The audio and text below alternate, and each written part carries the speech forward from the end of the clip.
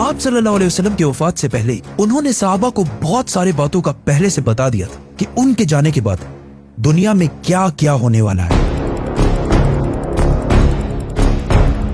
एक दिन हजरत उमर रज़ियल्लाहु ताला अन्हु बाकी सहाबा के साथ आप सल्लल्लाहु अलैहि वसल्लम के पास मस्जिद नबवी में बैठे हुए थे कि अचानक एक बहुत ही रोबदार और हैंडसम आदमी मस्जिद में दाखिल हुआ। उनके कपड़े एक्सट्रीमली व्हाइट और बाल बिल्कुल ब्लैक थे। उस दिन से पहले उन्हें मदीना में किसी ने भी नहीं देखा, मतलब वो मदीना के रहने वाले नहीं थे और उनके कपड़ों और बालों से बिल्कुल ऐसा नहीं लग रहा था कि वो कहीं दूर से ट्रेवल करके मदीना आए।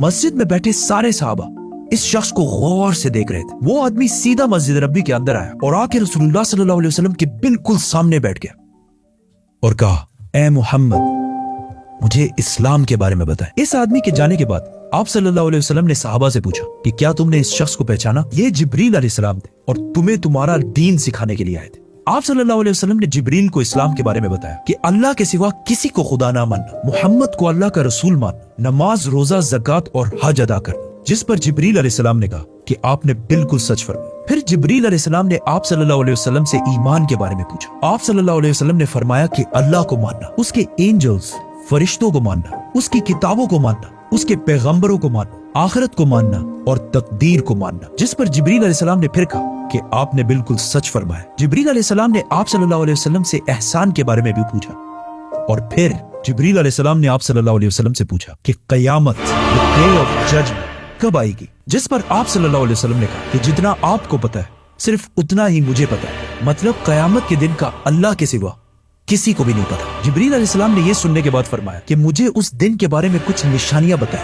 अब तक इस डिस्कशन में जितनी भी बातें हुई उन सबको आप सल्लल्लाहु अलैहि वसल्लम पहले भी एक्सप्लेन कर चुके, क्योंकि ये वाकया आप सल्लल्लाहु अलैहि वसल्लम की वफात से कुछ ही अरसे पहले हुआ था, जब ऑलमोस्ट सारा कुरान नाजिल हो चुका था। लेकिन इसके बाद जो आप सल्लल्लाहु अलैहि वसल्लम ने क़यामत की निशानियां बताई वो इससे पहले किसी को भी पता नहीं थी और इन निशानियों का ताल्लुक सहाबा से ज्यादा हमसे है, क्योंकि जो निशानियां आप सल्लल्लाहु अलैहि वसल्लम ने बताई वो सहाबा ने अपनी जिंदगी में पूरे होते नहीं देखी, बल्कि वो निशानियां आज हम देख रहे हैं। Which means जिब्रील अलैहिस्सलाम सिर्फ सहाबा को नहीं बल्कि आज के मुसलमानों को भी क़यामत की बहुत इंपॉर्टेंट निशानियां सिखाना चाहते थे। आप सल्लल्लाहु अलैहि वसल्लम ने जिब्रील अलैहिस्सलाम को जवाब दिया कि जब एक लौंडी अपने मालकन को जन्म देगी, जिसको बहुत सारे स्कॉलर समझते हैं कि जब औलाद अपने वालिदैन को गुलाम समझेगी, और जब ये नंगे पैर गरीब शेफर्ड्स, चरवाहे एक दूसरे से लंबी बिल्डिंग्स बनाने में कंपटीशन, मुकाबला करेंगे। जिब्रील अलैहिस्सलाम ने फिर कहा कि आपने बिल्कुल सच फरमाया और उठकर वहां से चले गए। आप सल्लल्लाहु अलैहि वसल्लम ने सहाबा को भेजा कि कोई जाकर इस आदमी को ढूंढे, लेकिन उस दिन के बाद ये आदमी किसी को भी नहीं दिखा। नाउ आप सल्लल्लाहु अलैहि वसल्लम ने नंगे पैर गरीब चरवाहों का जिक्र किया, जिन्हें उस जमाने में अरब बेडुइन्स, बद्दू कहा करते थे, जो अरब के बाकी कबीलों से हमेशा दूर रहते और कभी भी एक जगह पर नहीं रहते बल्कि अपने जानवरों के साथ हमेशा ट्रेवल करते रहते थे, मतलब एक खाना बदोश नॉर्मैडिक जिंदगी गुजारते थे। ये इसलिए बहुत अजीब बात थी क्योंकि बद्दू पूरे अरब में सबसे गरीब कबीलों में से होते थे। सिर्फ उस जमाने में नहीं बल्कि इस हदीस के 1000 साल बाद भी ये बेडुइन्स अरब के सबसे लोअर क्लास होते थे। इसलिए सहाबा हैरान थे कि हमारी सोसाइटी के सबसे गरीब क्लास कैसे आपस में लंबी बिल्डिंग्स बनाने में मुकाबला करेंगे। आप सल्लल्लाहु अलैहि वसल्लम के बाद खिलाफत राशिदा हर तरफ फैलने के बाद दुनिया की सबसे बड़ी सुपर पावर बन गई। सिर्फ मुसलमानों में नहीं बल्कि ये उस वक्त तक इंसानों की तारीख की सबसे बड़ी एम्पायर थी, जो अलेक्जेंडर द ग्रेट और रोमन एम्पायर के जूलियस सीजर के एम्पायर से भी बहुत बड़ी थी। इसका फायदा उठाते हुए ये बेडुइन्स पूरे दुनिया में फैल गए, लेकिन फिर भी इनकी सबसे बड़ी पॉपुलेशन इसी अरब के इलाके में रही। आहिस्ता आहिस्ता वक्त गुजरता गया और इनका कल्चर बिल्कुल भी नहीं बदला।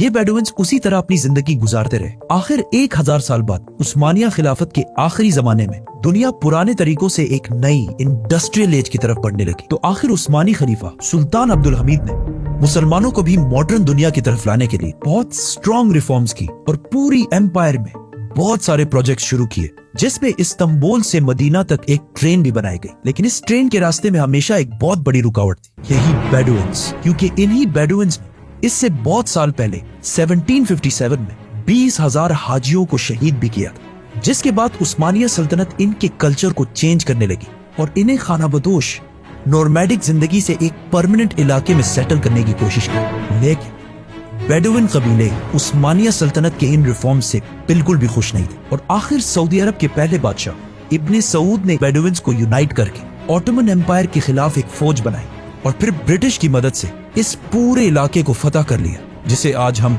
सऊदी अरेबिया कहते हैं। और कुछ सालों बाद इन इलाकों से ऑयल तेल डिस्कवर होने के बाद यही बेडुइन्स, जिनकी इससे पहले कोई औकात नहीं थी, अब दुनिया के सबसे रिच लोगों में से बने और इनमें से बहुत सारे मिलियनियर्स और बिलियनियर्स भी सामने आए। लेकिन तेल डिस्कवर होने के बाद इन सारों को पता चला कि ये ऑयल हमेशा के लिए नहीं रहने, बल्कि एक दिन बहुत जल्द खत्म होने वाली है, जिसके साथ इनकी सारी लग्जरीज भी खत्म हो जाएंगी। तो सबसे पहले दुबई के बादशाह शेख मोहम्मद बिन राशिद, जो एक बेडुइन बद्दू कबीले से हैं, जिन्होंने एक बार खलीज टाइम के इंटरव्यू में खुद ये कहा है कि उन्हें बेडुइन कबीले से होने पर फख्र है। उन्होंने दुबई को ऑयल से निकालकर टूरिज्म और बिजनेस की तरफ लाया और बहुत तेजी से कुछ ही सालों में दुबई दुनिया की बेस्ट सिटीज में से बन गई।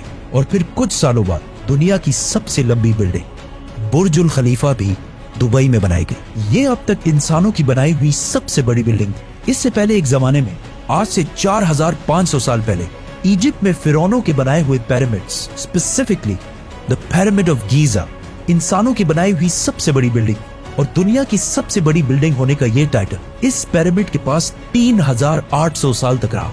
मतलब फिरौन के बाद 3800 साल तक कोई भी फिरौन से लंबी बिल्डिंग नहीं बना सके। लेकिन 3800 साल बाद यूरोप के एक चर्च ने पिरामिड्स का ये रिकॉर्ड तोड़ दिया, जिसके बाद पेरिस के आईफिल टावर और 9/11 में तबाह होने वाले वर्ल्ड ट्रेड सेंटर भी दुनिया की सबसे बड़ी बिल्डिंग्स रह चुकी है।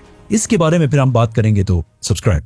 दुबई के इस अजीम कामयाबी को देखकर सऊदी ने भी इसे कॉपी करना शुरू किया और मक्का में काबा के बिल्कुल सामने दुनिया की चौथी सबसे बड़ी बिल्डिंग बनाई और कुछ ही साल बाद दुनिया की सबसे बड़ी बिल्डिंग का ऐलान करती है, किंगडम टावर या जद्दा टावर, जो दुबई के बुर्ज खलीफा से भी बड़ी होगी और इस तरह सऊदी यूएई से आगे निकल जाएगा। इस सारे प्रोजेक्ट को हेड करने वाले का नाम अल वलीद बिन तलाल है, जो कुछ साल पहले दुनिया के सबसे अमीर अरब, जिनके कबीले का ताल्लुक अगेन एक बेडुइन कबीले से, जिसके बाद दुबई ने सऊदी से दोबारा आगे निकलने के लिए दुबई में एक नई दुनिया की सबसे बड़ी बिल्डिंग बनाने का ऐलान किया, जो इन दोनों बुर्ज खलीफा और जद्दा टावर से भी बड़ी होगी।